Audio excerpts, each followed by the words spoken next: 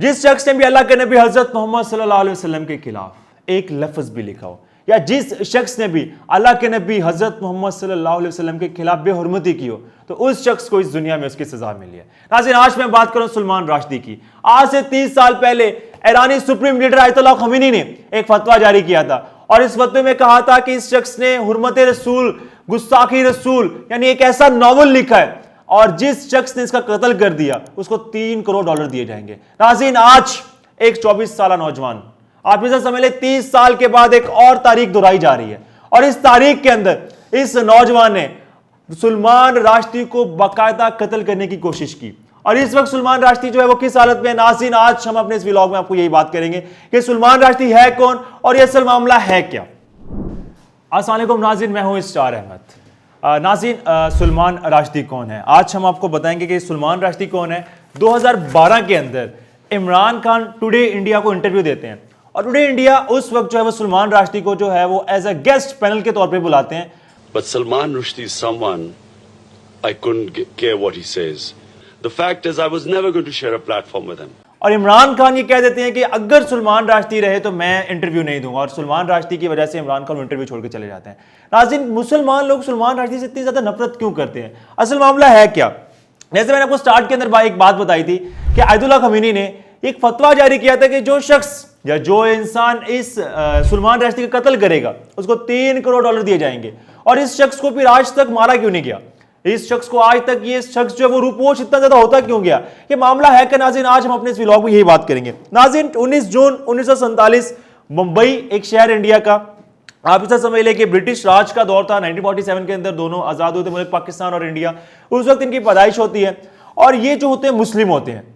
आप ये समझ लें कि इनका जो नाम सलमान राशिदी जो है ये मुसलमान होते हैं और ये बाद में मुनकिर हो जाते हैं और बाद में ये जो है आप इसे समझ लें कि खुदा को भी नहीं मानते, नबी को भी नहीं मानते, बाद में मुनकिर हो जाते हैं।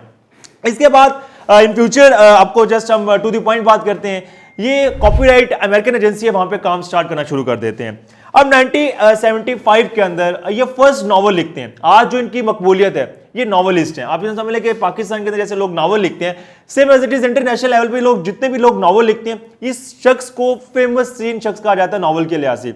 1975 के अंदर फर्स्ट नॉवल गेम्स जो है साइंस एंड फिक्शन के लिहाज से इस शख्स ने लिखा, लेकिन इतनी ज्यादा पजीराई से हासिल नहीं हुई।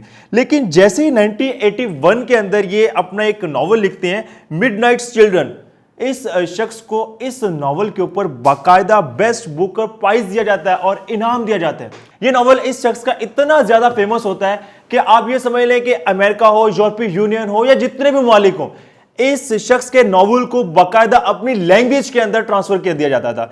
अब मामला जो सबसे ज्यादा बिगड़ता है वो कहां से आके बिगड़ता है, नाज़रीन मैं आपको ये बताता चलूं। 1983 के अंदर शेम के नाम से इन्होंने एक और नॉवल लिखा और वो नॉवल किसके मुतालिक लिखा, वो पाकिस्तानी पॉलिटिशियन के मुतालिक लिखा। एक पाकिस्तानी पॉलिटिशियन जुल्फकार अली भुट्टो और दूसरा जियाउल हक, जनरल जियाउल हक के मुतालिक जो है शेम के नाम से उन्होंने एक नॉवल लिखा। इसमें भी बहुत ज्यादा पजीराई हासिल हुई। अब ये शख्स जो इतना ज्यादा फेमस हो जाता है कि अब मुसलमान जो है, उस वक्त तक तो ऐसा कोई मामला नहीं था, लेकिन जैसे ही 1988 होता है ये अपना एक नॉवल लिखते हैं द स्टेनिक वर्सेस। अब द स्टेनिक वर्सेस जो नॉवल लिखते हैं उसके अंदर नौजबिल्ला ये अल्लाह के नबी हजरत मुहम्मद सल्लल्लाहु अलैहि वसल्लम के खिलाफ नाजेबा अल्फाज लिखते हैं और ऐसी स्टोरी बनाते हैं, खुदा को भी नहीं मानते। इस नॉवल ने सलमान राशिदी जो है वो इतने ज्यादा बदनाम हो जाते हैं और ये जो पहले अपने आप को जो मुसलमान समझते थे, मुसलमान से हट के ये मुनकर काफिर हो जाते हैं। और ये नावल जो है आप ये समझ लें कि जैसे ही लिखा जाता है पूरी उम्मत मुस्लिमा के अंदर एक ऐसी आप इसे समझ लें कि इसके खिलाफ मुहिम चलना शुरू हो जाती है और यह बाकायदा कहा जाता है कि इस शख्स को कत्ल कर दिया जाएगा। पहले लीडर थे आयतुल्लाह खमीनी। आयतुल्लाह खमीनी ने फैसला किया था कि जो शख्स या जो इंसान इसकी डेड बॉडी है इसको कत्ल करके लाएगा उसको हम $3 करोड़ देंगे। ये मामला $3 करोड़ का नहीं था, ये मामला था हुर्मत रसूल का, कि हुर्मत रसूल के खिलाफ इन्होंने क्यों लफ्ज लिखा, ये मुसलमान हो कि इसने ऐसा क्यों काम किया। लेकिन ये उस वक्त तक लिबरल बन गए थे और इन्होंने फैसला कर लिया कि मैंने ये काम करना और मैं हलाल में करूंगा। तो अब मामला ये आता है, इस इंसान को मारने की कोशिश की जाती है, लेकिन मारने की कोशिश के अलावा सबसे बड़ा मामला ये आता है कि जो बरतानवी है पॉलिटिक्स यानी बरतानवी जो हुकूमत है वो इस शख्स को अब अपने कंट्रोल में कर लेती है। पुलिस इसके हवाले कर देती है। हर 2 महीने के बाद, 1 महीने के बाद जो है इसके घर तब्दील होते जाते हैं। लेकिन इसके 2-3 बेटे भी होते हैं, 4 शादियां होती हैं इनकी और डिफरेंट जो है वो सन में इन्होंने शादी की। लेकिन मामला दरअसल ये था कि आयतुल्लाह खमीनी ने वर्ल्ड बोले थे कि इस शख्स को कत्ल हर हाल में किया जाएगा। अब मामला यहां पे इतना ज्यादा बिगड़ जाता है कि पाकिस्तान की जो आप इस समय कैपिटल इस्लामाबाद है, यहां पे बरतानवी जो इनका फॉरेन मिनिस्टर का ऑफिस है, वहां पे एहतजाज होना शुरू हो जाता है।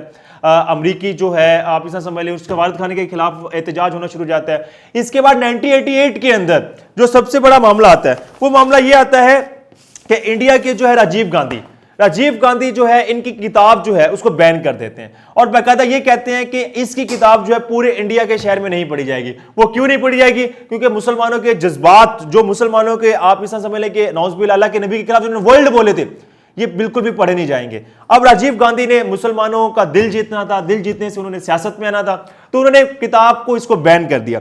अब जैसी किताब को बैन किया जाता है, मामला यहां पे बिगड़ता और है। मामला इस मामले से बिगड़ता है कि आयतुल्लाह खमीनी ने तो ये कहा था कि जो शख्स भी इसको कत्ल करेगा उसको इतना इनाम दिया जाएगा, लेकिन इसके बरक्स जो है वो इसकी किताब जो है वो जो दूसरे आथर यानी अपनी लैंग्वेज के अंदर लिखना चाह रहे थे। अब जापानी जो है मुतरज्जम को कत्ल कर दिया था 1991 के अंदर, यानी 1991 के अंदर एक किताब जो लिखी जाती है हुर्मत रसूल के खिलाफ, ये जापानीज जो है वो अपनी लैंग्वेज के अंदर किताब लिखना शुरू कर रहे थे, तो वहां पर इस शख्स को कत्ल कर दिया जाता है जो जापानीज के मुतरज्जिम होते हैं।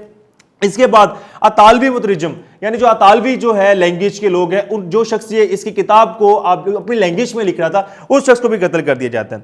लेकिन किताब की असल वजह क्या ऐसा था कि आप इसे समझ लें कि बहरान आलम पूरी जो यूरोपीय यूनियन जो है वो इसको बचाने की कोशिश कर रहे हैं। यूरोपीय यूनियन क्यों बचाने की कोशिश कर रही थी? यूरोपीय यूनियन इस वजह से बचाने की कोशिश कर रही थी कि ये हमारे साथ हो गया, ये हमारे मजहब इसने चूज कर लिया, यानी इस्लाम यानी जो मुसलमान था मुसलमान हट गया, अब हमारे सुपुर्द हो गया, और इसको बाकायदा नेशनलिटी भी दी जाती है। अब नेशनलिटी दी जाती है तो मामला यहाँ पे और बिगड़ जाता है। आपको पता है कि ईरान जो है वो इनकी आज भी अमेरिका से नहीं बनती, पहले भी नहीं बनती थी। ईरान के अंदर बाकायदा बरतानवी सफीर को निकाल दिया जाता है। इस वजह से निकाला जाता है कि अगर वो ये सलमान राश्दी को हमारे हवाले नहीं करेंगे तो हम आपसे सारी जिंदगी के सफारती ताल्लुकात खत्म कर देंगे, और सफारती ताल्लुकात जो है वो फिर इसके बाद खत्म हो जाते हैं। नाज़रीन, असल मामला फिर इसके अलावा और बिगड़ता है। इसके अलावा मामला ये बिगड़ता है कि अब ये शख्स जो है 2012 के अंदर एक और नावल को पब्लिश करते हैं, लेकिन इसके अपने अल्फाज और इसका जो चुनाव है वो सिर्फ यही होता था कि हुर्मत रसूल के खिलाफ इन्होंने बात करनी है, मुसलमानों की। अब ये समझ ले कि मुसलमानों के खिलाफ इन्होंने इतनी बेहुदा बातें की, मैं यहाँ पे वर्ल्ड नहीं बोल सकता। लेकिन आज यानी 12 अगस्त को एक नौजवान है, मैं आपको इस नौजवान का नाम भी बता देता हूँ, हादी मित्र जो है ये 24 साल नौजवान है, न्यू जर्सी के अंदर पैदा हुए हैं। इन्होंने इस शख्स को बाकायदा सबसे पहले पेट के अंदर छुरा घोंपा और इसके बाद कान वाली साइड पे एक और छुरा मारा। छुरा मारने के बाद नाज़रीन आप पीछे स्क्रीन पे भी देख रहे होंगे, इसके बाद पुलिस वालों ने इसको अरेस्ट कर लिया। अब ये एक स्टेज यानी एक लेक्चरर, आप इसे समझ लें स्टूडियो ऑडिटोरियम होता है, वहां पे लेक्चर देने जाते हैं और बाकायदा अपनी किताब की प्रमोशन कर रहे होते हैं। लेकिन वो शख्स, वो नौजवान, उस शख्स को पता था कि सलमान राश्दी कौन है, इसने अल्लाह के नबी के खिलाफ हुर्मती के ऊपर बात क्यों की, और उस हुर्मती की खातिर उस शख्स ने इस शख्स को कत्ल कर दिया और कत्ल करने की कोशिश की। लेकिन आज की न्यूज़ अभी तक ये बताया जा रहा है कि इस शख्स का अभी एक आंख इसकी ज़ाया हो गई और इसके बचने के कोई चांस नहीं है। नाज़रीन, जैसे मैंने स्टार्ट में कहा था कि जिस शख्स ने भी अल्लाह के नबी के खिलाफ बेहुरमती की हो, अल्लाह इस दुनिया में इस शख्स को सजा देते हैं। तो नाज़रीन, आज का ये हमारा व्लॉग बिल्कुल खत्म हुआ। होपफुली आपको आज हमारी इन्फॉर्मेशन पसंद आई होगी। अगर आपको हमारी इन्फॉर्मेशन पसंद आई तो कमेंट सेक्शन में जाए, कमेंट का इज़हार करें। Thank you so much. अल्लाह हाफिज़।